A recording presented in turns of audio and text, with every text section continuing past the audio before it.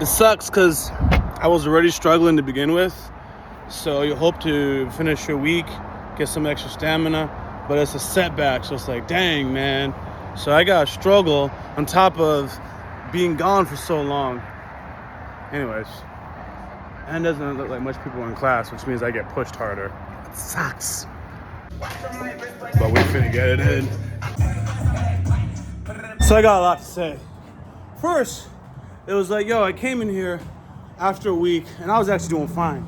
So I was going to tell you originally, like, yo, the good thing about taking time off is giving your body a time to rest. So I was like, yeah, I'm good, man. I'm ready for this. Like, I'm actually better than ever. But at the end, you can wear these, I'm going to show you real quick. You got these little heart monitors. So coach is like, yo, you got a lot left in the tank, don't you?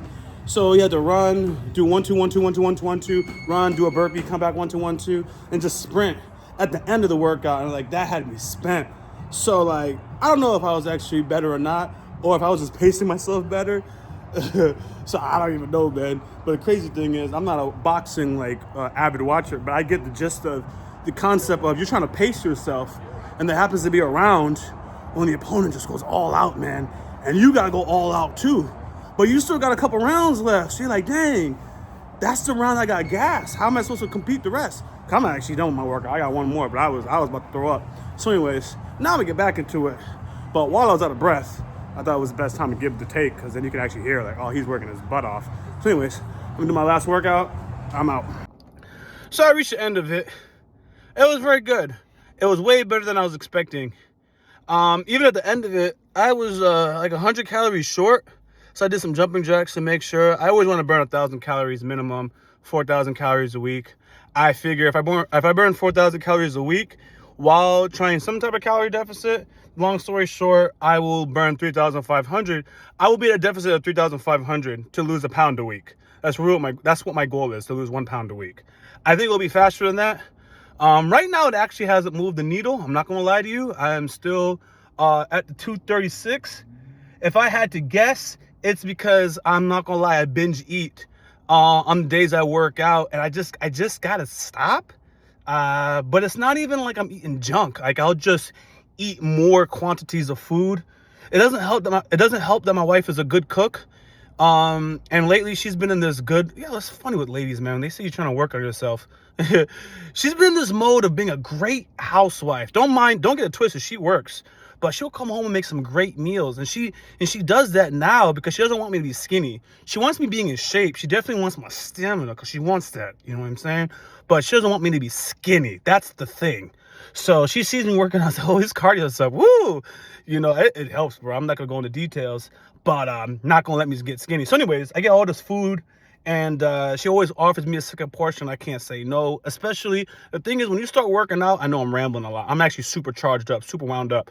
When you start working out, especially if it's cardio intensive, you start building an appetite because your body wants to stay the same. For the most part, that's one thing about the body. Homeostasis. It wants to stay the same. So now it's trying to make up for this loss. And now it requires willpower to say no to the food and or not eat. But folks, it's not chips. It's not soda. It's nothing like that. I will admit, I also have a guilty pleasure with alcohol, but it's nothing crazy. In a day, it might be any combination that equals 3 glasses of wine.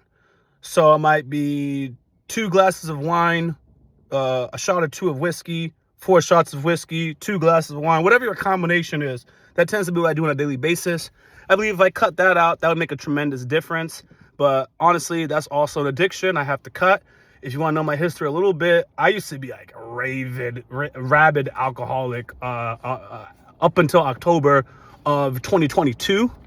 After COVID hit, you just locked indoors. I had developed the habit. So I still drink regularly. I just way more in moderation. So when I was at my worst, I would finish, you get a whole bottle of Captain Morgan, like the big bottle. I would end that in a day, and I'm not exaggerating. I would end that in a day, sometimes 2 days, but on the regular. Now, that same size bottle will last me about a week. So that's still not very good, but I'm just telling you, it's better than what it was before, and I just have to continuously cut that down. It's hard. I'm not making any excuses. You just got to do it. I don't do those things where people say, oh, if I can just get past my stress and make life work out. I don't do any of that. Privately, I think that. I'm not going to lie. Privately, I'm like, oh, if I had more accountability, if I had somebody watching over me, because I'm in the house a lot of the time by myself. So, I'll just be bored and just want to drink, out of sheer boredom. And then when I don't have it, I feel compelled to go drive to the store. And it's like, I can control that habit. But, an addiction is addiction. People don't understand how it like rewires your very mind. So I drink less even since working out because it's chemistry. Your body's rewired. It wants water right now. It wants nutrients a little bit more. So I do drink less even now since I started working out in the last 5 weeks because of what I just said.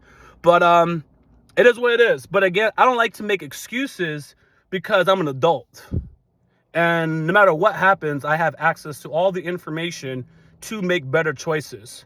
And the reason why I also don't make excuses, because what I represent to people is for you not to also make excuses. So if I start making them, I feel like I enable anyone who's listening to me to make excuses. Now, hear me out.